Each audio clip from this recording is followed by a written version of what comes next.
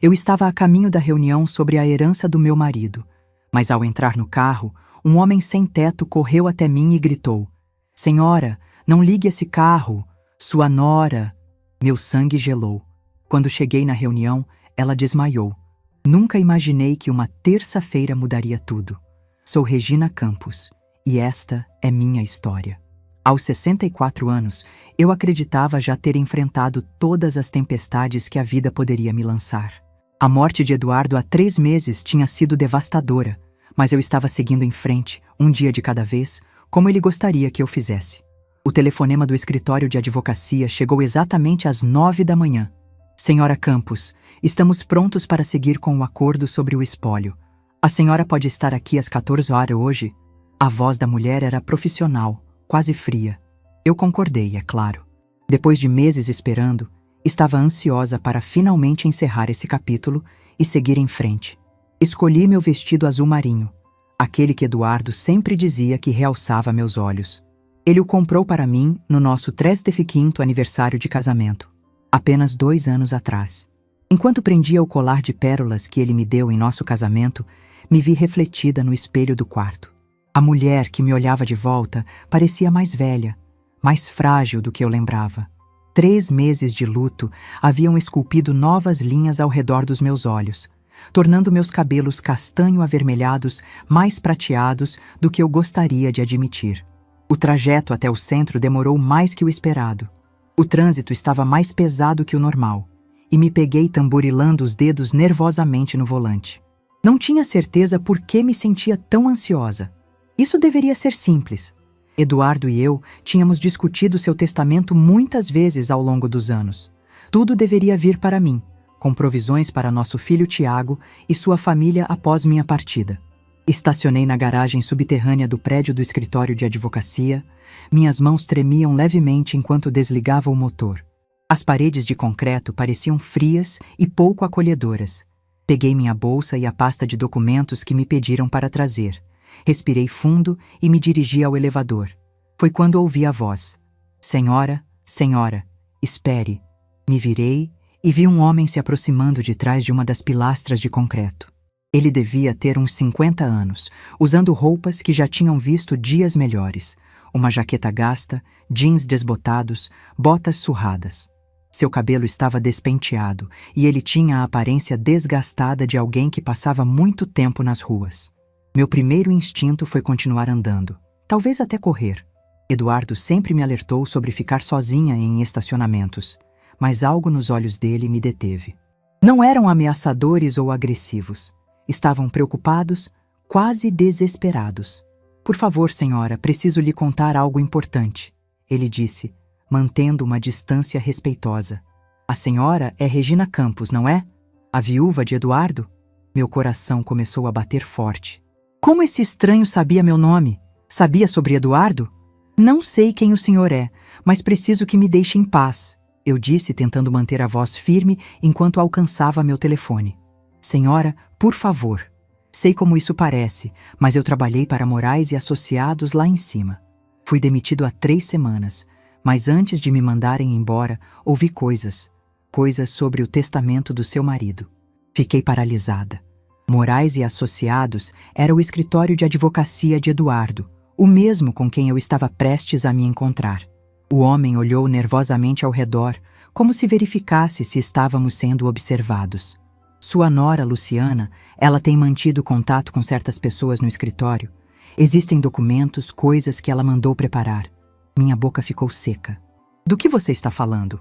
"Senhora, não posso provar ainda, mas acho que ela está planejando alterar o testamento do seu marido.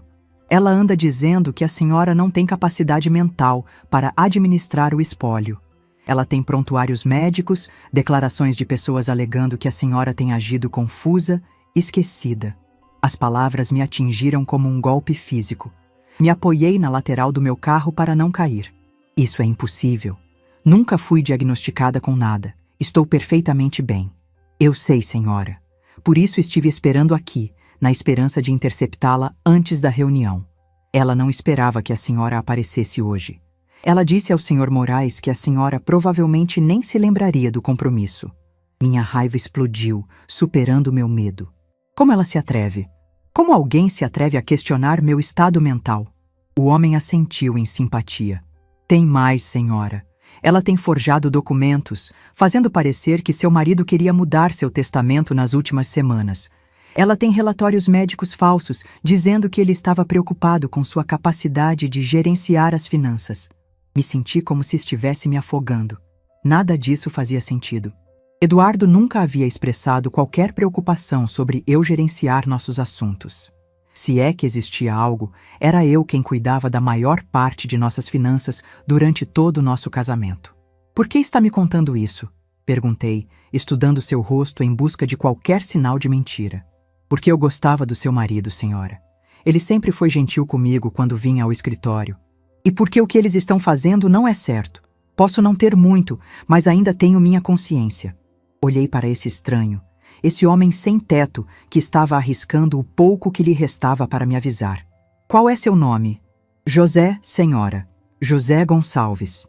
Fui assistente jurídico na Moraes e Associados por 12 anos antes que decidissem que eu sabia demais sobre seus negócios paralelos. Negócios paralelos? José olhou ao redor novamente. Eles têm ajudado certos clientes a manipular testamentos e espólios, cobrando grandes honorários por fazer membros inconvenientes da família desaparecerem dos documentos de herança. Sua nora tem pagado muito bem a eles. O elevador tocou à distância e José recuou. Senhora, precisa ser muito cuidadosa lá dentro. Eles estão esperando que a senhora apenas assine os papéis sem lê-los com atenção.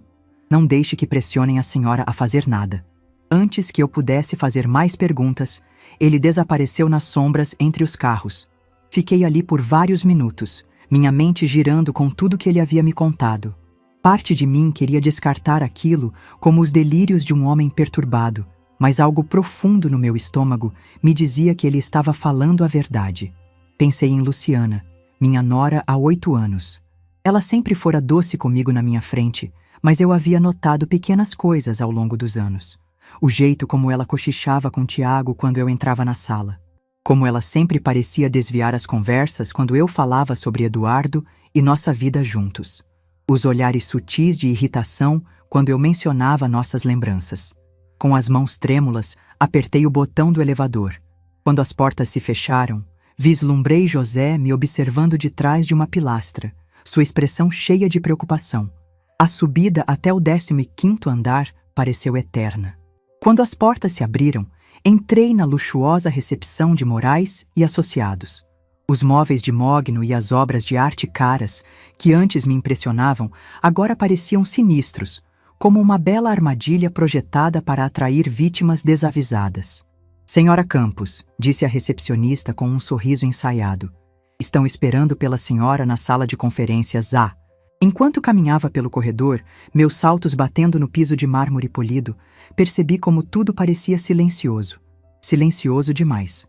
A maioria das portas dos escritórios estava fechada e eu podia ouvir conversas abafadas atrás delas. Parei do lado de fora da sala de conferências A, minha mão na maçaneta de latão. Através do vidro fosco, pude ver várias figuras sentadas ao redor de uma grande mesa. Reconheci uma silhueta imediatamente. A estrutura pequena e o cabelo distintivo de Luciana. Respirando fundo, abri a porta. A sala era exatamente como eu esperava. Intimidadora. 3 homens de ternos caros sentados de um lado da mesa, com Luciana do outro lado. Ela ergueu os olhos quando entrei e por apenas um momento vi algo passar por seu rosto. Surpresa? Medo? Desapareceu tão rapidamente que quase pensei ter imaginado. Então ela sorriu. Aquele mesmo sorriso doce que ela vinha me dando por 8 anos.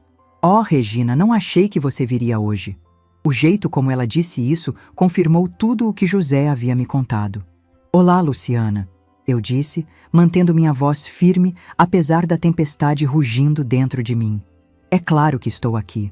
Isso é sobre o espólio do meu marido.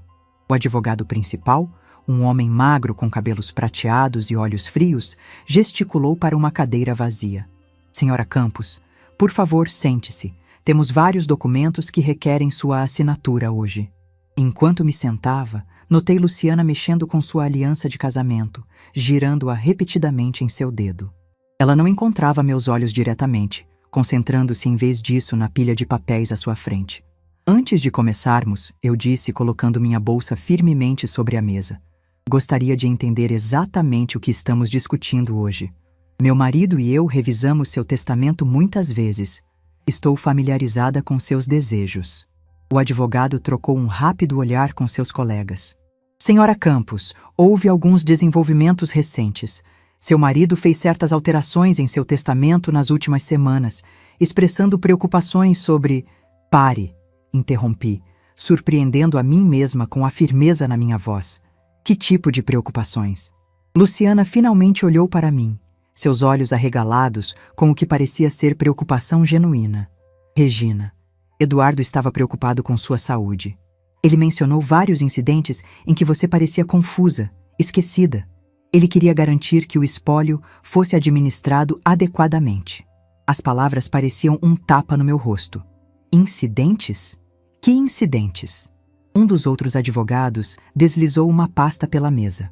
Senhora Campos, temos documentação de várias ocasiões em que familiares notaram comportamento preocupante, lapsos de memória, confusão sobre datas e nomes, dificuldade para gerenciar as finanças domésticas. Abri a pasta com mãos trêmulas. Dentro estavam o que pareciam ser relatórios médicos, declarações escritas, até fotografias. Minha respiração ficou presa quando reconheci a caligrafia de Luciana em uma das declarações datada de apenas 6 semanas atrás. Regina ficou extremamente agitada quando perguntada sobre compras no supermercado. Li em voz alta. Ela não conseguia lembrar o que havia comprado ou quanto dinheiro havia gastado. Quando Tiago tentou ajudá-la a organizar seus recibos, ela o acusou de tentar roubá-la. Minhas mãos tremiam tanto que mal conseguia segurar o papel. Isso é completamente falso. Eu nunca acusei Tiago de roubar nada. Regina, a voz de Luciana era suave, quase compadecida. Você disse essas coisas. Todos nós estávamos muito preocupados com você. É por isso que Eduardo decidiu que precisava fazer arranjos. Olhei para ela. Esta mulher que eu havia recebido na minha família, que havia se sentado à minha mesa de jantar incontáveis vezes, que havia sorrido e me abraçado em todas as reuniões de feriados. A pessoa que me olhava agora era uma estranha. Que arranjos? Consegui perguntar. O advogado principal pigarreou. Seu marido alterou seu testamento para estabelecer um fundo fiduciário. O espólio seria administrado por um curador, neste caso, seu filho, Tiago, com provisões para seus cuidados e despesas de subsistência. A sala começou a girar. Agarrei a borda da mesa para me equilibrar. Você está me dizendo que Eduardo não confiava em mim para administrar minhas próprias finanças. Não era sobre confiança, Luciana disse rapidamente. Era sobre proteção. Eduardo amava muito você, Regina. Ele só queria garantir que você fosse bem cuidada. Fechei os olhos, tentando processar o que estava acontecendo. Quando os abri novamente, notei algo que fez meu sangue gelar. No canto da sala de conferências, percebi um pequeno dispositivo de gravação. Sua luz vermelha piscando constantemente. Vocês estão gravando esta reunião? Perguntei. Os advogados pareceram desconfortáveis. É prática padrão para acordos de espólio, um deles disse. Prática padrão gravar uma viúva em luto sem seu consentimento? Antes que alguém pudesse responder, houve uma leve batida na porta. Uma secretária espiou para dentro. Senhor Moraes, tem alguém aqui para vê-lo. Ele diz que é urgente. O advogado principal franziu a testa. Estamos no meio de uma reunião. Senhor, ele diz que seu nome é José Gonçalves e que tem informações sobre este caso. Observei todo o sangue drenar do rosto de Luciana. Ela parecia que ia passar mal. Não conheço ninguém com esse nome, Moraes disse rapidamente. Diga a ele que estamos ocupados. Na verdade, eu disse, levantando-me, eu gostaria de ouvir o que o Sr. Gonçalves tem a dizer. Regina, não acho que isso seja necessário, Luciana disse, sua voz mais aguda que o normal. Devemos apenas focar em passar por esses documentos. Mas era tarde demais. José apareceu na porta, parecendo mais limpo do que estava no estacionamento, mas ainda obviamente deslocado no caro escritório de advocacia. Senhora Campos, ele disse, acenando respeitosamente para mim. Sinto muito interromper, mas tenho algo que a senhora precisa ver. Moraes levantou-se abruptamente. Senhor, você está invadindo. Vou chamar a segurança. Vá em frente, José disse calmamente. Mas primeiro, a senhora Campos deve saber que tenho cópias dos documentos originais, os verdadeiros, de antes que fossem alterados. A sala ficou em silêncio mortal. Eu podia ouvir meu próprio coração batendo nos meus ouvidos. José alcançou uma pasta Messenger gasta e puxou uma pasta de Manila. Fiz cópias antes que me demitissem. O testamento original do seu marido datado de 6 meses atrás. E os relatórios médicos reais do médico dele, não os falsos que eles criaram. Luciana, de repente, se levantou, cambaleando levemente. Eu não me sinto bem, ela murmurou. Sente-se, Luciana, eu disse. Minha voz mais dura do que jamais havia sido. Você vai querer ouvir isso. José abriu a pasta e retirou vários documentos. Senhora Campos, seu marido nunca alterou seu testamento. Essas pessoas, ele gesticulou para os advogados, têm trabalhado com sua nora para criar documentos falsos. Eles forjaram a assinatura do seu marido e fabricaram relatórios médicos para fazer parecer que ele questionava sua capacidade mental. Isso é absurdo, Moraes protestou. Este homem está claramente perturbado. Temos testemunhas das preocupações do Sr. Campos sobre a condição de sua esposa. Você quer dizer as testemunhas que seu escritório pagou? José perguntou calmamente. Tenho os recibos desses pagamentos também. Luciana fez um pequeno gemido e, de repente, caiu de volta em sua cadeira, seu rosto branco como papel. Por um momento, pensei que ela havia desmaiado, mas seus olhos ainda estavam abertos, movendo-se freneticamente pela sala como um animal encurralado. Por quê? Perguntei a ela, minha voz pouco mais que um sussurro. Por que você faria isso comigo? A boca de Luciana abriu e fechou várias vezes antes que qualquer palavra saísse. Nós, Tiago e eu temos dívidas, Regina. A casa, o negócio dele, tudo está hipotecado ao limite. Vocês precisavam roubar de mim, completei por ela. José colocou o testamento original na minha frente. Senhora Campos, este é o testamento real do seu marido. Assinado e testemunhado adequadamente. Tudo o que ele possuía vai para a senhora, exatamente como a senhora acreditava. Olhei para a assinatura familiar de Eduardo, aquela que eu o tinha visto escrever milhares de vezes durante nossos 42 anos de casamento. Vê-la ali, real e inalterada, trouxe lágrimas aos meus olhos. Há quanto tempo você está planejando isso? Perguntei a Luciana. Ela estava chorando agora, rímel escorrendo por suas bochechas. Não era para machucar você. Íamos garantir que você estivesse confortável. O fundo fiduciário teria fornecido tudo o que você precisasse. Enquanto vocês controlassem cada centavo, eu disse. Moraes estava freneticamente embaralhando papéis, provavelmente tentando esconder evidências. Senhora Campos, acho que houve um mal-entendido.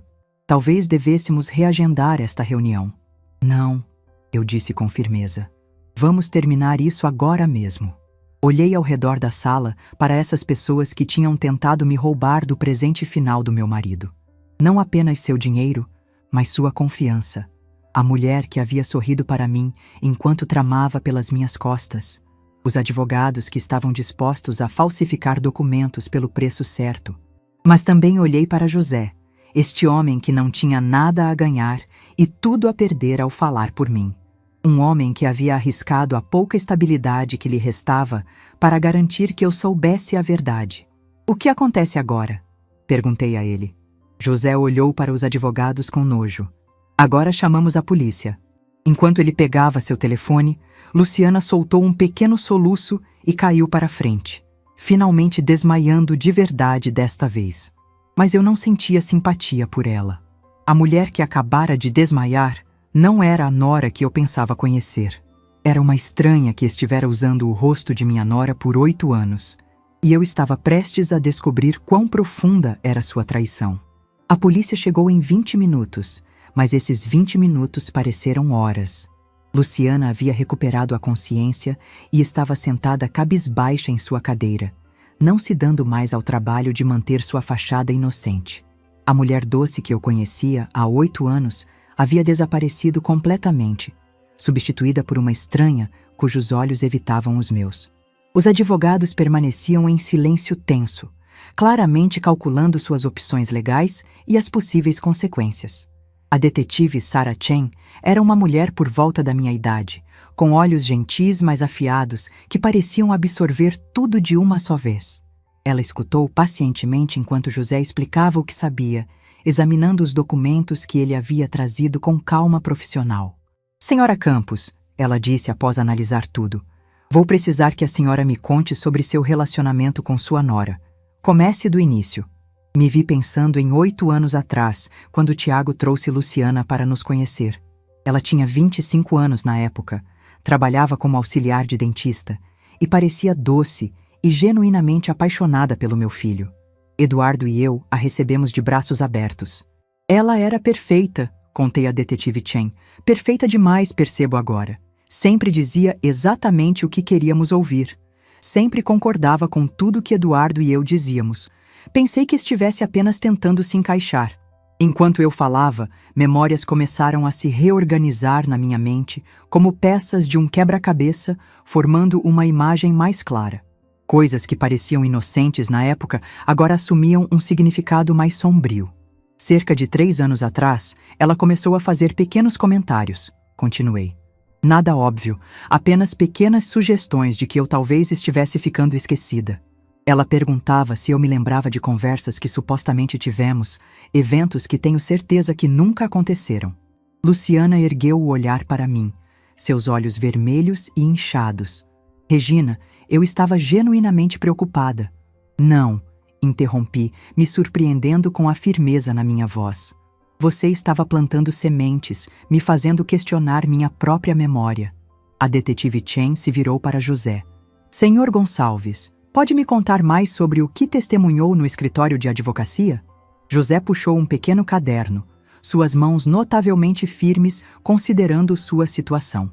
Cerca de 6 meses atrás, a senhora Luciana Campos começou a vir ao escritório regularmente. No início, o Sr. Moraes nos disse que ela estava apenas perguntando sobre planejamento sucessório para a família do marido.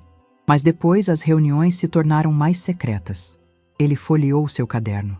Comecei a prestar atenção porque algo parecia errado. Ela trazia documentos que dizia serem de médicos, declarações de familiares, amigos, até fotografias que supostamente mostravam a Sra. Campos em estados confusos. Que tipo de fotografias? Perguntou a detetive Chen. Luciana se mexeu desconfortavelmente em sua cadeira. José olhou para ela com nojo antes de responder. Fotos da Sra. Campos no supermercado, no banco, em reuniões familiares, mas tiradas de longe, e as legendas eram mentiras. Uma foto mostrava a Sra. Campos em um caixa, e a declaração de Luciana dizia que ela estava confusa sobre o dinheiro e incapaz de completar sua compra. Mas eu podia ver na foto que a Sra. Campos estava simplesmente conversando com o caixa enquanto suas compras estavam sendo embaladas. Minhas mãos se fecharam em punhos. A violação parecia quase física. Você estava me seguindo, tirando fotos minhas? A voz de Luciana era pouco mais que um sussurro. Eu precisava de documentação. O advogado disse que precisavam de evidências. Evidências do quê? De mim vivendo minha vida normal? A detetive Chen fazia anotações enquanto falava. Senhora Campos, a senhora estava ciente de quaisquer dificuldades financeiras que seu filho e nora pudessem estar enfrentando? Balancei a cabeça.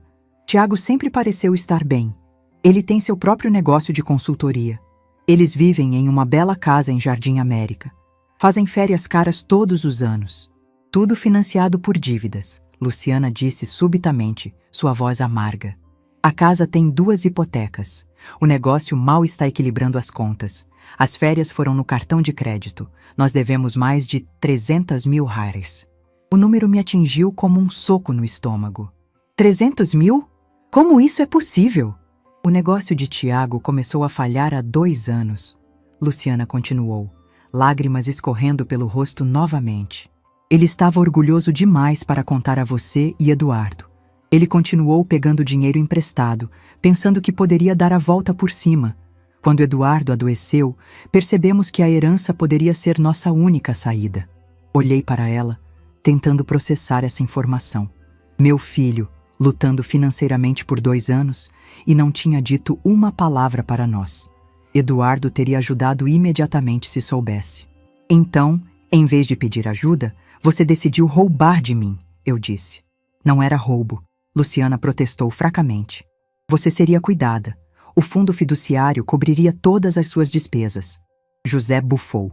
Um fundo que pagaria à senhora 40.000 calares por ano, enquanto o resto do espólio seria usado para cobrir as dívidas deles.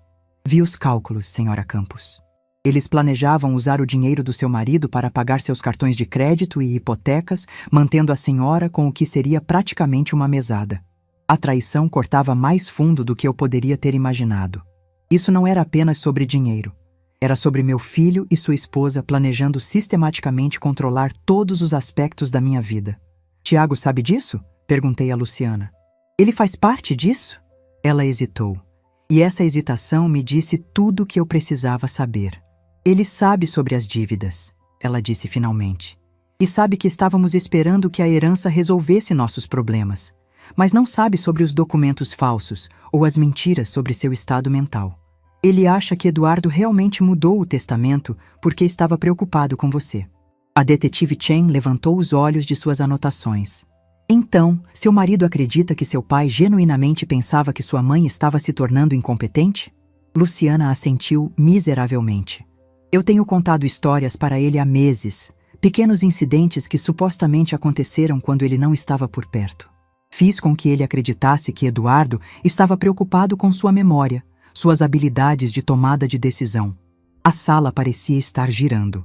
Não apenas Luciana estava mentindo para mim, ela estava envenenando meu relacionamento com meu próprio filho, fazendo-o acreditar que seu pai havia perdido a fé em mim. Que incidentes? Exigi. Luciana parecia querer desaparecer em sua cadeira. Eu disse a ele que você esqueceu de desligar o fogão e quase começou um incêndio. Que você se perdeu dirigindo até o supermercado. Que você acusou o carteiro de roubar de você. Que você escondia dinheiro pela casa e depois esquecia onde colocou. Cada mentira parecia um golpe físico. Nada disso aconteceu. Eu sei, ela sussurrou. A detetive Chen fechou seu caderno. Senhora Campos, vou precisar que a senhora venha à delegacia para dar um depoimento formal. E vou precisar de cópias de todos esses documentos. Ela olhou para os advogados que estiveram sentados em silêncio durante toda a conversa. Senhores, também estaremos investigando o envolvimento de vocês nesse assunto. Morrison finalmente falou. Detetive, estávamos agindo com base em informações fornecidas por nossa cliente. Se essas informações foram falsificadas, somos tão vítimas quanto a senhora Campos. José riu amargamente. Vítimas? Vocês cobraram 50.000 Hallers para forjar documentos e fabricar evidências. Tenho cópias das faturas de vocês. O rosto do advogado principal ficou branco. Isso não é... Nós não... Guarde isso, a detetive Chen disse. Vocês podem explicar tudo na delegacia. Enquanto a polícia começava a coletar evidências e tomar depoimentos, me peguei olhando para Luciana mais uma vez. Essa mulher que havia compartilhado feriados conosco, que havia me abraçado e me chamado de mãe, que havia sentado ao lado da cama de hospital de Eduardo durante seus últimos dias. Algo disso foi real? Perguntei a ela. Os últimos 8 anos, os jantares em família, as conversas que tivemos, algo disso foi real? Luciana olhou para mim com lágrimas genuínas nos olhos. No início, sim. Quando conheci Tiago, quando nos casamos, eu realmente me importava com você e Eduardo. Mas quando os problemas de dinheiro começaram a piorar, quando percebemos quanto o espólio valia, ela não terminou a frase, mas não precisava. Eu entendi. Em algum momento ao longo do caminho, seu amor pelo meu filho havia se transformado em algo mais sombrio. O desespero a transformou da mulher que genuinamente se importava com nossa família em alguém disposto a me destruir para se salvar. Enquanto a detetive Chen se preparava para levar todos embora, percebi algo que me gelou até os ossos. Se José não tivesse me alertado, se ele não tivesse arriscado tudo para me contar a verdade, eu teria entrado nesta reunião completamente despreparada. Eu teria assinado aqueles papéis, acreditando que meu amado Eduardo havia perdido a fé em mim em suas últimas semanas.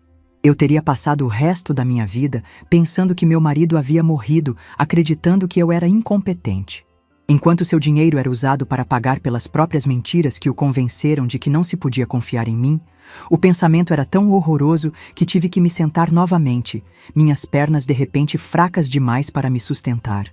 Mas então, olhei para José, este improvável anjo da guarda que me salvou de um destino pior que perder minha herança. Ele havia me devolvido algo infinitamente mais precioso, a verdade sobre a fé de Eduardo em mim. Agora eu tinha que decidir o que fazer com essa verdade. Depois que todos saíram escoltados pela polícia, fiquei sozinha na sala de conferências por um momento. O silêncio era ensurdecedor. A realidade do que acabara de acontecer começou a afundar. Minha própria nora, com a possível cumplicidade do meu filho, tinha tentado me declarar mentalmente incompetente.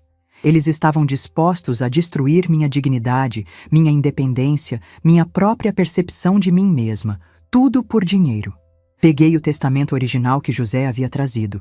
A assinatura de Eduardo parecia sorrir para mim da página. Passei os dedos sobre ela, lembrando do homem que a fez. Eduardo sempre dizia que a força de nosso casamento era a confiança. Sem confiança não há amor verdadeiro, Regina, ele costumava dizer. E ele havia confiado em mim até o fim. Uma estranha calma me envolveu. A traição doía, profundamente. Mas havia algo libertador em finalmente ver a verdade. As pessoas mostram quem realmente são em momentos de crise. Luciana e os advogados haviam mostrado sua verdadeira natureza. E José, este estranho que eu havia acabado de conhecer, também havia revelado seu caráter. Quando saí do escritório, José estava esperando no corredor. Ele parecia hesitante, inseguro se sua presença ainda era bem-vinda, agora que a tempestade havia passado. Senhora Campos, ele disse, a senhora está bem? Olhei para ele, este homem que arriscou o pouco que tinha para defender uma estranha. Não, respondi honestamente. Não estou bem, mas vou ficar. Ele assentiu, compreendendo. Por que você se importou? Perguntei. Por que arriscar tudo para me ajudar? José olhou para as próprias mãos antes de responder. Minha mãe morreu aos 68 anos. Ela sofria de Alzheimer e vi como as pessoas a tratavam quando ela começou a esquecer, como se de repente ela fosse menos humana. Quando vi o que estavam planejando fazer com a senhora, usar a mesma tática para tirar proveito de uma pessoa saudável, não consegui ficar calado. Sua honestidade me tocou profundamente. Estendi minha mão e apertei seu braço. Obrigada, José. Não tenho palavras para expressar minha gratidão. A senhora não precisa me agradecer. Só queria fazer a coisa certa. Enquanto caminhávamos juntos para o elevador, percebi que esta não era o fim da história, mas o começo de algo novo.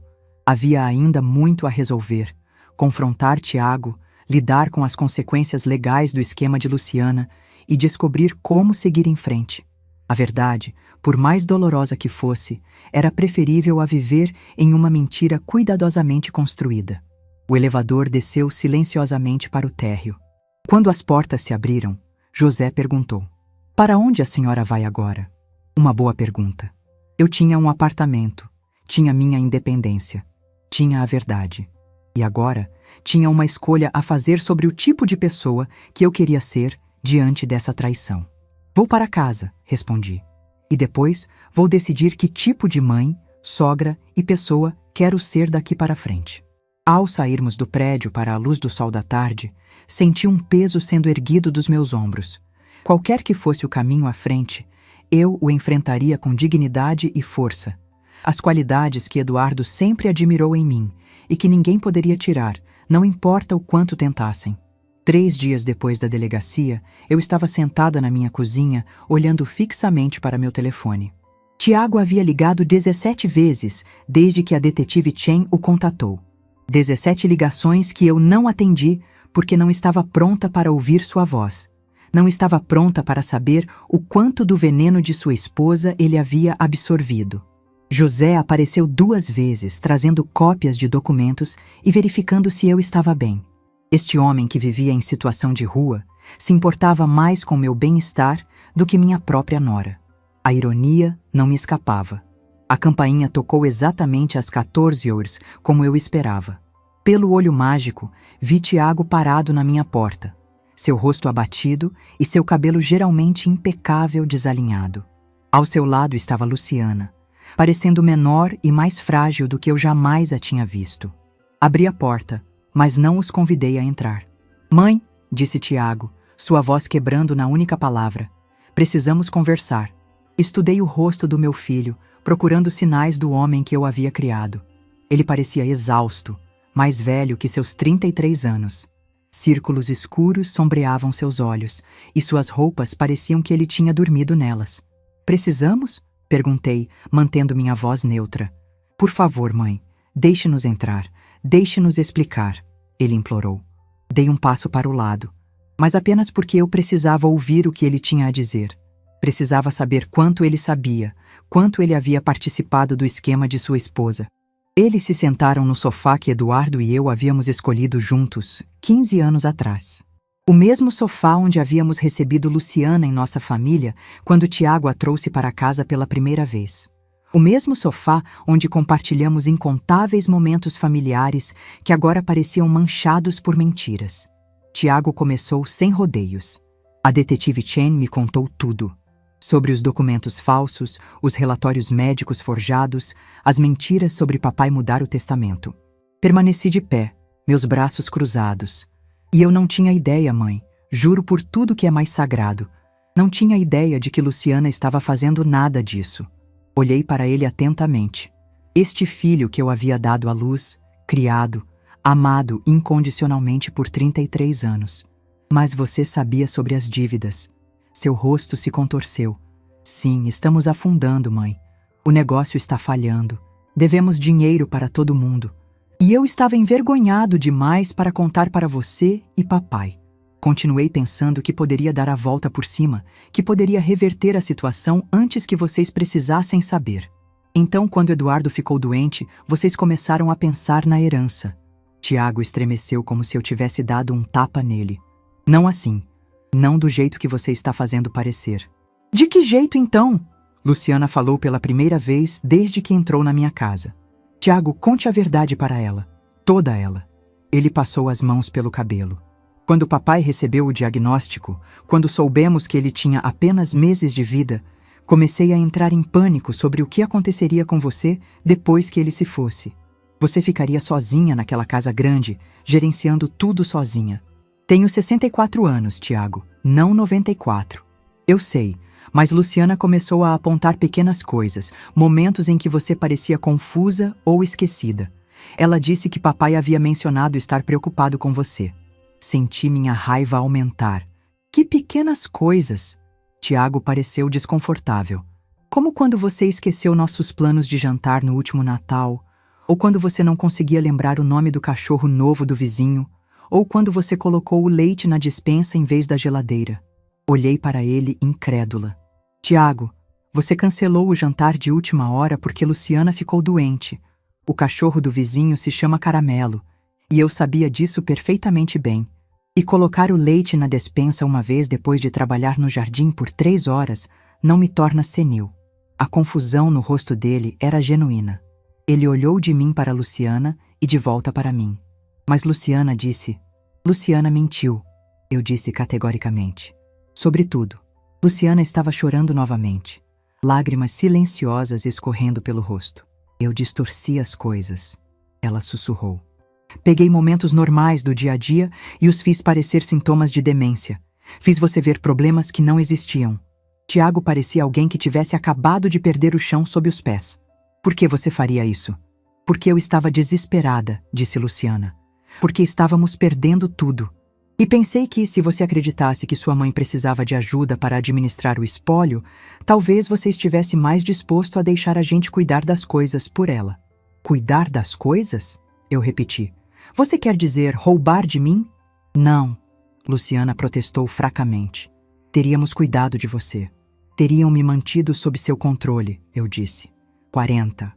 000 por ano enquanto vocês usavam o dinheiro de Eduardo para pagar seus cartões de crédito e hipotecas. A cabeça de Tiago se ergueu rapidamente. Do que você está falando? Pergunte à sua esposa sobre o fundo fiduciário que ela pediu aos advogados para preparar. Pergunte a ela quanto do espólio seria usado para pagar suas dívidas enquanto eu vivia com uma mesada. Observei enquanto o entendimento surgia no rosto de Tiago. O horror. A percepção de quão completamente ele havia sido manipulado por sua própria esposa. Luciana, ele disse, sua voz mal audível. Diga que ela está errada. Luciana não conseguia encontrar os olhos dele. O advogado disse que era a melhor maneira de proteger os interesses de todos. Os interesses de todos. Tiago explodiu, levantando-se do sofá. Você estava planejando roubar a herança da minha mãe. Estávamos afundando, Luciana gritou de volta, sua compostura finalmente quebrando completamente. Seu negócio estava falhando. Devíamos dinheiro para todo mundo e você era orgulhoso demais para pedir ajuda. Eu estava tentando nos salvar destruindo minha mãe. A dor crua na voz de Tiago cortou através da minha raiva. Eu podia vê-lo percebendo não apenas o que Luciana havia feito, mas como ela havia usado seu amor por mim contra nós dois. Como ela o havia tornado cúmplice em duvidar de sua própria mãe enquanto acreditava que estava me protegendo. Tiago, eu disse suavemente. Sente-se. Ele afundou de volta no sofá, parecendo um homem que acabara de descobrir que toda sua vida era construída sobre mentiras. Quero que vocês entendam uma coisa, continuei. Seu pai nunca duvidou de mim. Nem uma vez, nem nunca. O testamento dele nunca foi alterado. Ele nunca questionou minha capacidade de administrar nossos assuntos. O homem que você conhecia, o pai que o criou, aquele homem confiava em mim completamente até o dia em que morreu. Tiago se desfez então, soluçando como fazia quando era menino. Sinto muito, mãe. Sinto muito. Acreditei nela. Deveria ter conhecido você melhor. Deveria mesmo, concordei. Mas ela era muito boa no que fazia. Olhei para Luciana, que estava encarando suas mãos em seu colo. Há quanto tempo você vem planejando isso? Quando decidiu que eu era o inimigo? Você nunca foi o inimigo, ela disse. Mas quando as dívidas começaram a se acumular, quando percebemos que poderíamos perder tudo, comecei a ver a herança do seu marido de maneira diferente. O espólio de Eduardo vale mais de 2 milhões de reais, Regina. Esse dinheiro poderia resolver todos os nossos problemas. Esse dinheiro era o trabalho da vida de Eduardo. Dinheiro que ele economizou para que eu pudesse viver confortavelmente depois que ele se fosse. Você não precisa de 2 milhões, disse Luciana, um lampejo de seu antigo ressentimento aparecendo. Você vive simplesmente, não viaja, não gasta dinheiro em coisas caras. Esse dinheiro ficaria parado enquanto perderíamos nossa casa, nosso carro, tudo pelo que trabalhamos. E aí estava, a verdadeira Luciana. A mulher que acreditava que ela merecia mais o dinheiro de Eduardo do que eu porque ela o gastaria enquanto eu o economizaria. A mulher que havia convencido a si mesma que roubar de mim era na verdade nobre, porque eu não merecia o que meu marido havia me deixado. Tiago olhou para sua esposa como se estivesse vendo-a pela primeira vez. Luciana, como você pôde pensar assim? Como pôde acreditar que tinha algum direito à herança da mamãe? Porque ela não precisa, Luciana gritou. Porque nós precisamos. Porque você era teimoso e orgulhoso demais para pedir ajuda quando precisávamos. Então, em vez de pedir, vocês decidiram tomar, eu disse. A sala ficou em silêncio, exceto pelo som do choro de Luciana e da respiração irregular de Tiago. Finalmente, Tiago falou. Mãe, o que acontece agora? Era a mesma pergunta que eu vinha me fazendo há 3 dias. O que aconteceria agora? Minha nora havia tentado roubar minha herança através de um elaborado esquema envolvendo documentos forjados e falsos relatórios médicos. Meu filho havia sido manipulado para duvidar da competência de sua própria mãe. Os advogados que deveriam proteger os desejos de Eduardo haviam se mostrado dispostos a falsificar evidências pelo preço certo. Mas sob tudo isso, havia uma questão mais profunda. Esta família poderia ser salva? Olhei para Tiago, para o remorso e horror genuínos em seu rosto. Então olhei para Luciana, ainda desafiadora mesmo em sua derrota. Isso depende, eu disse finalmente, do que vocês dois estão dispostos a fazer para consertar isso. O silêncio na minha sala de estar se estendeu pelo que pareceu horas. Tiago sentou com a cabeça nas mãos, enquanto Luciana encarava o chão, suas lágrimas finalmente esgotadas. Permaneci de pé, esperando que um deles falasse primeiro, para me mostrar quem realmente eram, por baixo de todas as mentiras e desespero. Foi Tiago quem quebrou o silêncio. O que você quer que a gente faça, mãe? Eu havia passado 3 noites sem dormir pensando nessa pergunta. O que eu queria? Justiça? Vingança? Ou algo mais difícil de definir, a restauração de uma confiança que poderia ser impossível de reconstruir? Quero a verdade, eu disse. Toda ela. Cada mentira, cada manipulação, cada momento em que você escolheu duvidar de mim em vez de confiar em mim. Tiago levantou a cabeça, seus olhos vermelhos e inchados. Vou te contar tudo o que sei, mas mãe, eu juro para você. Pensei que estava te protegendo. Luciana me convenceu que papai estava preocupado com sua memória, que ele queria garantir que você fosse bem cuidada. Como? Eu perguntei. O que exatamente ela te contou? Tiago olhou para sua esposa, que ainda não levantaria os olhos do chão. Ela disse que papai havia mencionado isso para ela durante uma de suas consultas médicas, que ele estava preocupado em deixar você sozinha com tanta responsabilidade. Senti um arrepio percorrer minha espinha. Luciana esteve com Eduardo em suas consultas médicas. Quando? Perguntei. Às vezes, Tiago disse, quando eu não conseguia sair do trabalho, ela se oferecia para levá-lo, para ajudá-lo a acompanhar seus medicamentos e consultas. Me virei para olhar para Luciana. Você usou a doença do meu marido como uma oportunidade para manipular meu filho. Finalmente, ela olhou para mim. Eduardo nunca disse nada sobre estar preocupado com você. Mas ele estava tão fraco durante aqueles últimos meses, tão dependente de todos ao seu redor. Isso tornava fácil sugerir que talvez ele devesse estar pensando sobre o que aconteceria com você depois que ele se fosse. Sugerir para quem? Exigi. Para Tiago. Eu fazia comentários quando chegávamos em casa das consultas. Pequenas observações sobre como Eduardo estava ficando frágil, como ele estava dependendo de você para tudo. Eu fazia parecer que Eduardo estava preocupado em sobrecarregar você.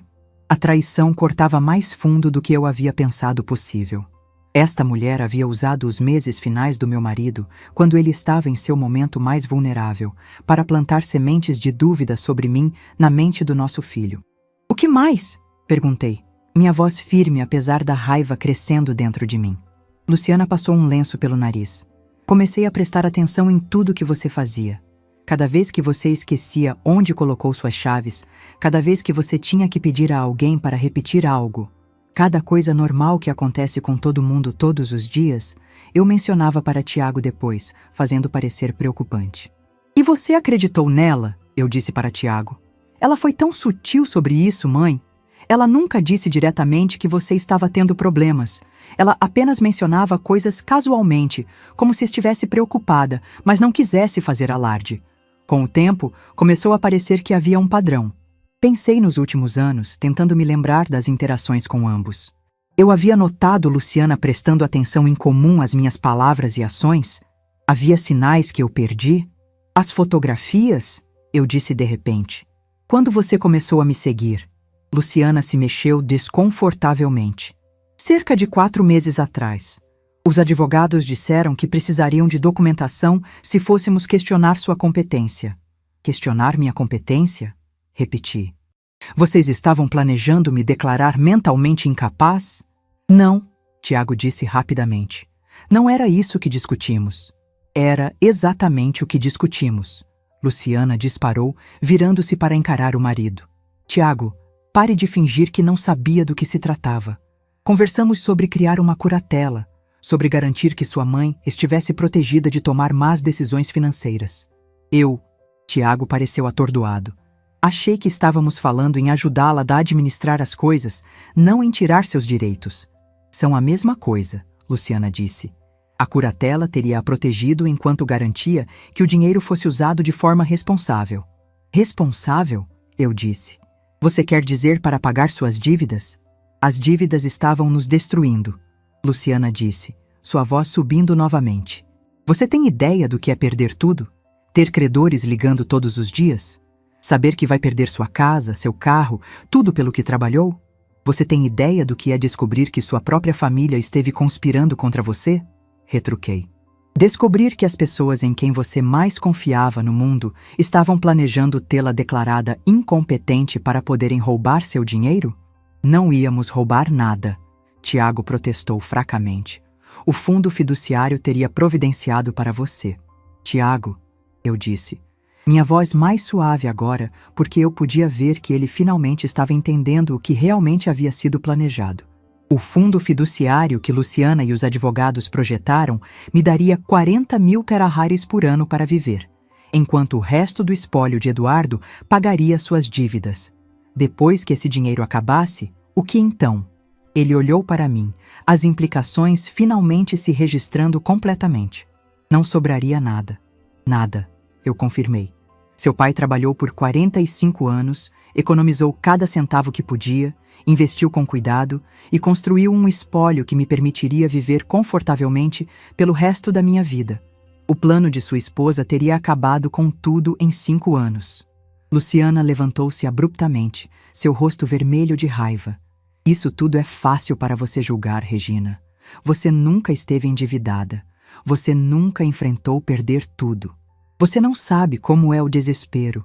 Você está certa, eu disse. Não sei como é estar na sua situação, mas sei como é ser traída por pessoas que amo. E sei como é descobrir que alguém que recebi em minha família estava disposta a me destruir para se salvar. Eu não estava tentando destruir você, Luciana disse. Estava tentando salvar meu casamento, minha família, minha vida, à custa da minha. As palavras pairaram no ar entre nós. Pela primeira vez desde que esse pesadelo começou, vi reconhecimento genuíno nos olhos de Luciana. Ela finalmente entendeu o que havia feito, o que esteve disposta a fazer. Tiago levantou-se e caminhou até a janela, olhando para o jardim que Eduardo e eu havíamos plantado juntos 20 anos atrás. O que acontece conosco agora, mãe? Com nossa família? Era a pergunta que eu vinha temendo, porque a verdade era que eu não sabia se poderíamos superar isso. Confiança, uma vez quebrada tão completamente, poderia ser impossível de reparar. Isso depende, eu disse, do que vocês estão dispostos a fazer para consertar isso. Faltando uma semana para o prazo final que a detetive Chen havia estabelecido para tomar uma decisão sobre as acusações formais, Tiago me procurou novamente. Desta vez, ele veio sozinho. Era um domingo à tarde, o céu nublado ameaçando chuva, um reflexo perfeito do meu estado de espírito. Quando abri a porta, percebi que ele parecia diferente. Havia uma sobriedade em seus olhos que não estava lá antes. Uma gravidade que me lembrou de Eduardo em seus momentos mais sérios. Ele trazia uma pasta na mão e estava vestido formalmente, como se fosse para uma entrevista de emprego. "Posso entrar, mãe?" ele perguntou. Sem o drama emocional da última vez, apenas uma pergunta simples que aguardava uma resposta simples. Fiz um gesto para que entrasse e ofereci café. Enquanto preparava a bebida na cozinha, observei-o pela porta. Ele andava pelo apartamento lentamente, olhando as fotos que eu havia colocado nas paredes, muitas delas de nossa família nos tempos felizes, antes que mentiras e traições complicassem tudo. "É um lugar bonito", ele disse quando voltei com o café. "Nunca imaginei que você teria seu próprio apartamento." Há muitas coisas sobre mim que você não sabe, Tiago", respondi, colocando as xícaras na mesa. "Não sou apenas sua mãe, sou uma pessoa completa, com meus próprios planos e desejos." Ele assentiu, um rubor de vergonha colorindo suas bochechas. "Tenho percebido isso nas últimas semanas, como eu te subestimei, como todos nós te subestimamos." Sentei-me de frente para ele, esperando. Algo me dizia que esta não seria uma visita comum. "Mãe, tenho pensado muito desde o dia em que você descobriu o que Luciana fez, o que nós fizemos." Ele fez uma pausa, organizando seus pensamentos. "Primeiro, quero que você saiba que me separei dela. A notícia me pegou de surpresa, embora talvez não devesse. Isso é uma decisão séria. É a única decisão possível", ele disse com uma firmeza que eu não esperava. "Não posso continuar casado com alguém que estava disposta a fazer o que ela fez. Cada vez que olho para ela, vejo como ela manipulou todos nós, como estava pronta para destruir você para salvar a si mesma." Permaneci em silêncio, deixando-o continuar. "Mas não vim aqui para falar sobre Luciana. Vim falar sobre mim, sobre minhas responsabilidades." Ele empurrou a pasta que trouxera sobre a mesa. "Isso é uma confissão completa. Tudo o que sei sobre o esquema, tudo o que eu deveria ter percebido, mas ignorei cada sinal de alerta que deixei passar. Entreguei uma cópia à detetive Chen esta manhã." Abri a pasta, folheando as páginas de seu depoimento detalhado. Não era apenas uma declaração, mas uma análise profunda de como ele havia se tornado cúmplice na manipulação. Como sua preocupação com as dívidas, seu medo do fracasso e seu orgulho o haviam tornado vulnerável às mentiras de Luciana. "Por que você está me mostrando isso?" perguntei. "Porque quero que você saiba que estou assumindo total responsabilidade pelos meus atos", respondeu ele, os olhos fixos nos meus. "Não sou mais o menino que pode se esconder atrás das desculpas de eu não sabia. Como adulto, eu deveria ter questionado, deveria ter investigado, deveria ter confiado na minha mãe em vez de em mentiras convenientes." Suas palavras me tocaram, mas ainda havia uma distância entre nós, construída por semanas de traição descoberta e anos de pequenas decepções. "E quanto às dívidas?" perguntei, indo direto ao problema prático. "A detetive Chen me disse que vocês devem mais de 300 mil a Hires." O Tiago suspirou, seus ombros caindo um pouco. "Estou enfrentando isso também. Vendi o carro, coloquei a casa à venda, estou liquidando o que posso do negócio. Solicitei concordata para proteger o que resta e encontrei um trabalho como gerente assistente em uma empresa de logística." Ele fez uma pausa, bebendo um gole de café. "Não é o cargo executivo ao qual estava acostumado, mas é honesto e vai me permitir começar a pagar o que devo. Em 5 anos, se tudo correr bem, estarei livre das dívidas." Fiquei genuinamente surpresa com sua mudança de atitude. Ele parecia mais maduro, mais responsável do que jamais o vi. "Isso não deve ser fácil para você", observei. "Não é", ele admitiu. "Mas é libertador de certa forma. Não mais fingindo ser algo que não sou, não mais vivendo além dos meus meios, não mais temendo que alguém descubra a verdade. A verdade já está exposta, e agora posso simplesmente trabalhar para consertar o que quebrei." Considerei suas palavras, procurando qualquer sinal de manipulação ou dissimulação. Não encontrei nenhum. Meu filho parecia genuinamente transformado pela experiência, como se a exposição de tantas mentiras o tivesse forçado a encarar verdades que ele vinha evitando há muito tempo. "Tiago, o que você quer de mim?" perguntei diretamente. Ele me olhou nos olhos, sem hesitação. "Não estou pedindo nada, mãe. Não mereço sua ajuda financeira depois do que aconteceu. E sei que a confiança que quebrei não pode ser restaurada da noite para o dia, se é que pode ser restaurada algum dia." Ele respirou fundo antes de continuar. "Se estou aqui hoje, é apenas para que você saiba que, independentemente do que decida fazer, se optar por apresentar acusações formais contra mim, contra Luciana, contra todos nós, vou aceitar as consequências. Não vou fugir, não vou me esconder, não vou culpar ninguém além de mim mesmo." Algo em suas palavras me tocou profundamente. Não era apenas o que ele estava dizendo, mas como estava dizendo. Havia uma dignidade em sua postura que me lembrava tanto de Eduardo que quase doía. "As crianças", eu disse, pensando em meus netos de repente. Lucas com 12 anos e Sofia com 10. "Como elas estão lidando com tudo isso?" Uma sombra de dor cruzou seu rosto. "Está sendo difícil. Elas não entendem completamente o que está acontecendo. Apenas sabem que papai e mamãe não estão mais juntos, que estamos vendendo a casa, que as coisas estão mudando. Tento protegê-las do pior, mas elas são inteligentes, percebem mais do que mostramos. Elas sabem sobre meu envolvimento, sobre o que Luciana tentou fazer comigo?"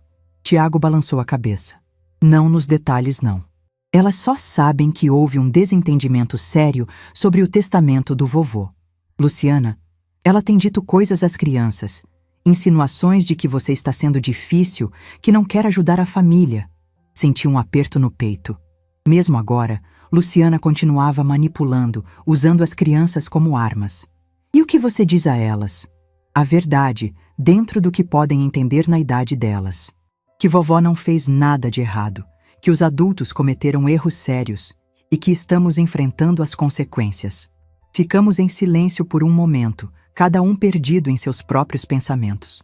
Lá fora, a chuva finalmente começou a cair, batendo suavemente contra as janelas do apartamento. "Elas perguntam por você", ele disse finalmente. "Querem saber quando vão te ver novamente. Sofia desenhou um retrato seu na escola. Ela disse que era para te animar, porque você deve estar triste morando sozinha." Senti lágrimas se formando em meus olhos. As crianças. inocentes em toda essa confusão, percebendo apenas que sua avó havia subitamente desaparecido de suas vidas. Traga-as para me visitar, eu disse, a decisão formando-se facilmente. Não as prive de sua avó por causa dos erros dos pais. O rosto de Tiago se iluminou com esperança genuína. Você realmente as receberia? Mesmo depois de tudo? As crianças não fizeram nada de errado, respondi. Elas não deveriam ser punidas. Quanto a você e Luciana, isso é outra história. Tiago assentiu, aceitando a distinção. Entendo e agradeço. Elas ficarão tão felizes. Traga-as no próximo fim de semana, eu disse. Podemos começar devagar. E quanto a detetive Chen? Ele perguntou. Sua decisão sobre as acusações? Respirei fundo. Era a questão central, não era? O que eu faria sobre as acusações criminais pendentes? José tinha provas suficientes para incriminar todos eles. Luciana, os advogados, possivelmente até Tiago como cúmplice. A detetive Chen havia me dito que a decisão era minha. Se eu quisesse levar o caso adiante, eles seriam processados. Se eu escolhesse não fazê-lo, provavelmente o caso seria arquivado, embora os advogados ainda pudessem enfrentar acusações da Ordem dos Advogados por suas ações antiéticas. Ainda não decidi, respondi honestamente. Preciso pensar sobre isso, sobre o que seria justo, sobre o que traria paz.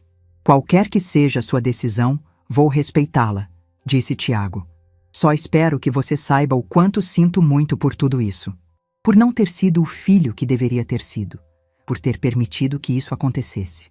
Ele parecia tão jovem naquele momento, tão vulnerável. Por que você nunca me contou sobre os problemas financeiros? Perguntei. Eduardo e eu teríamos ajudado em um instante. Tiago olhou para suas mãos. Orgulho, principalmente. Queria provar que podia ser bem-sucedido por conta própria, que podia construir algo sem a ajuda de vocês. E depois, quando as coisas começaram a desmoronar, bem, a vergonha se tornou ainda maior. Como poderia admitir para vocês que havia falhado tão completamente? Mas tentar me declarar mentalmente incapaz, isso vai muito além do orgulho ou da vergonha, Tiago. Nunca foi essa minha intenção, ele disse, a angústia evidente em sua voz. Quando Luciana começou a falar sobre proteger seus interesses, eu realmente acreditei que estávamos fazendo o melhor para você. Ela distorceu tudo tão habilmente, transformando nossa ganância em preocupação, nossa manipulação em proteção. Ele fez uma pausa, visivelmente lutando com suas emoções. Mas isso não me absolve. Eu deveria ter visto através das mentiras. Deveria ter questionado por que precisávamos de tantos documentos falsos se nossas intenções eram puras. Deveria ter percebido que algo estava profundamente errado quando ela começou a tirar fotos suas sem seu conhecimento. Sua honestidade era refrescante, mas ainda havia um longo caminho a percorrer para a reconstrução de nossa relação. Quando ele se preparava para sair, pegou algo do bolso. Era uma foto antiga, amarelada pelo tempo. Nela, Eduardo segurava um Tiago de 5 anos nos ombros, ambos sorrindo amplamente para a câmera. Eu estava ao lado deles, uma mão no braço de Eduardo, olhando para os dois com óbvio amor. Encontrei isso enquanto arrumava minhas coisas para mudar, Tiago disse, entregando-me a foto. Pensei que você poderia querer ter.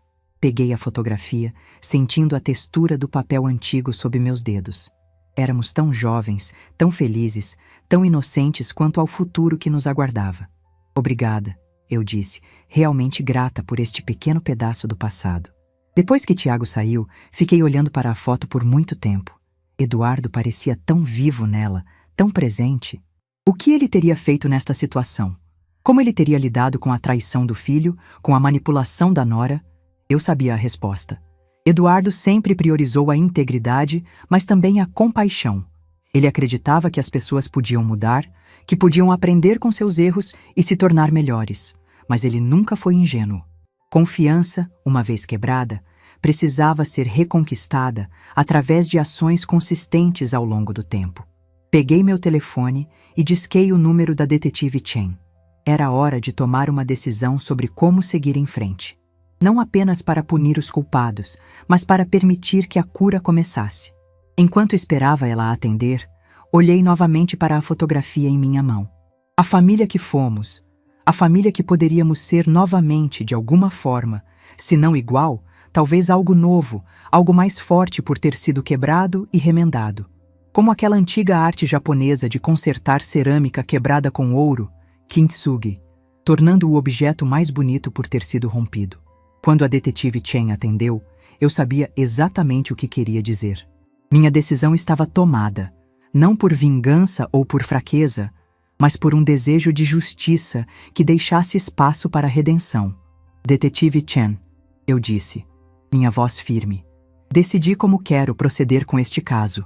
Do outro lado da linha, ela esperou pacientemente, enquanto eu explicava minha decisão. Uma decisão que, esperava, honraria a memória de Eduardo, enquanto abriria caminho para um futuro onde a confiança poderia, talvez, ser reconstruída. 1 ano se passou desde aquele dia. 1 ano de transformações, descobertas e reconstruções que jamais poderia ter imaginado. Minha decisão sobre as acusações surpreendeu a todos. Optei por um caminho que não era nem perdão incondicional, nem vingança implacável.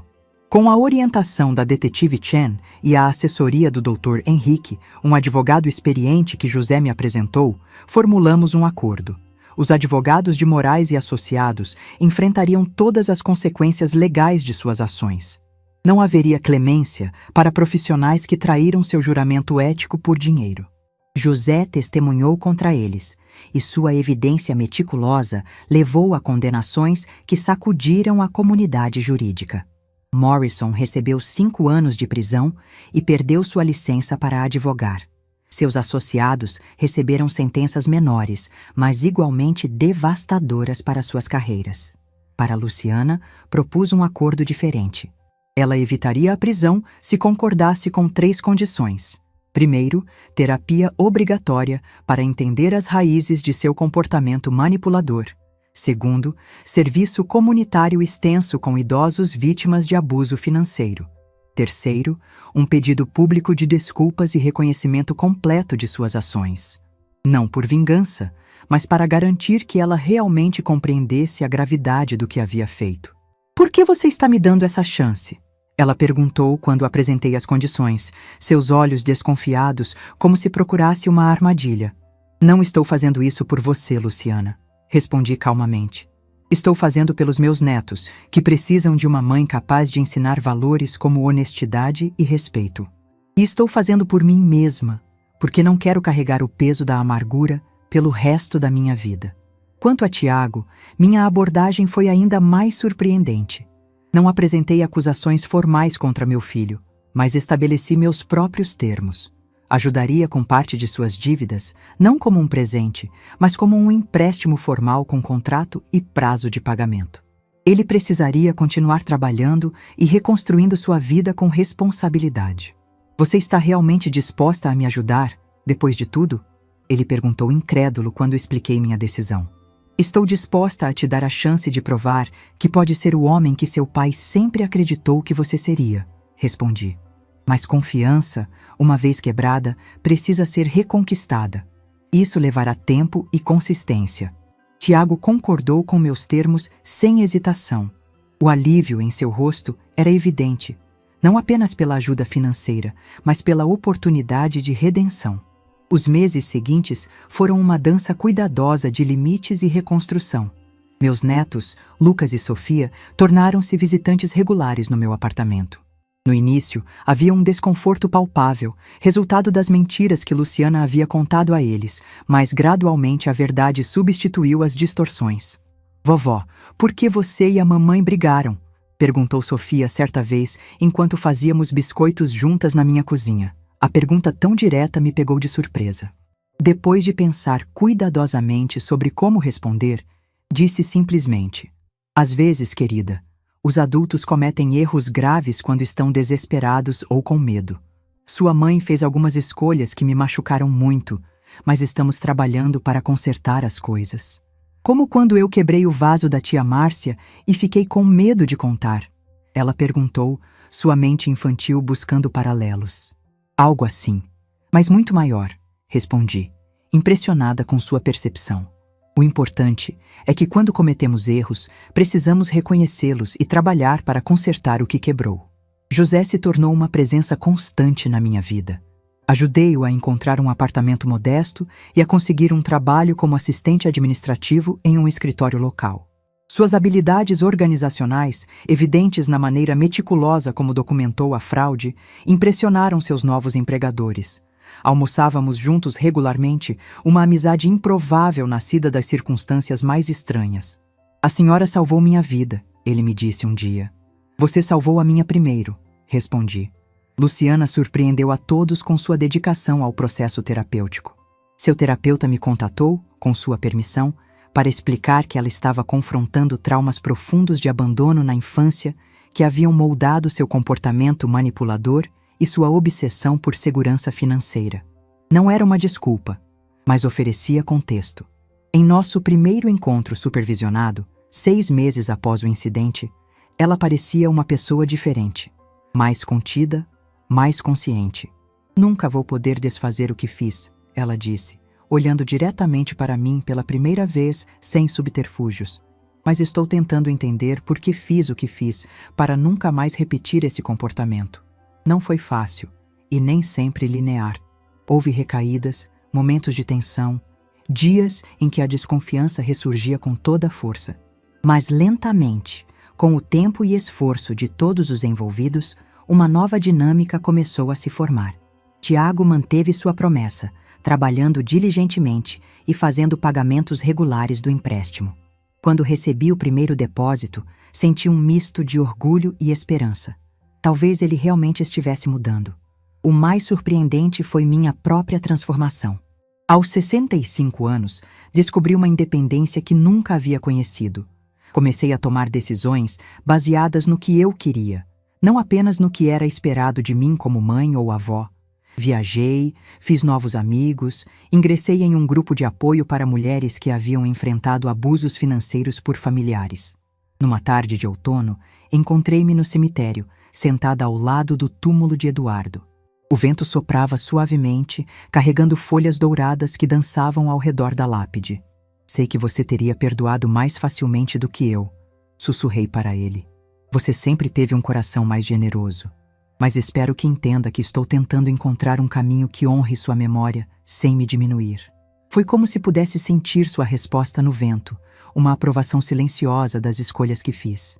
Não por fraqueza ou vingança, mas por justiça temperada com misericórdia. Hoje, em meu apartamento aconchegante, cercada por fotos de uma família que está lentamente se curando, reflito sobre a jornada do último ano. A traição ainda dói quando penso nela, mas já não domina meus dias. Aprendi que perdoar não significa esquecer ou permitir novos abusos. Significa liberar o veneno da amargura que só prejudica a quem o carrega. José virá para o jantar mais tarde, junto com Dona Márcia. Tiago trará as crianças amanhã para o fim de semana. Luciana e eu ainda temos um longo caminho pela frente, mas há pequenos momentos de conexão genuína emergindo entre o desconforto. A vida que construí das cinzas da traição não é a que imaginei, mas tem sua própria beleza. Como Eduardo sempre dizia, citando seu poeta favorito, "Tudo vale a pena quando a alma não é pequena."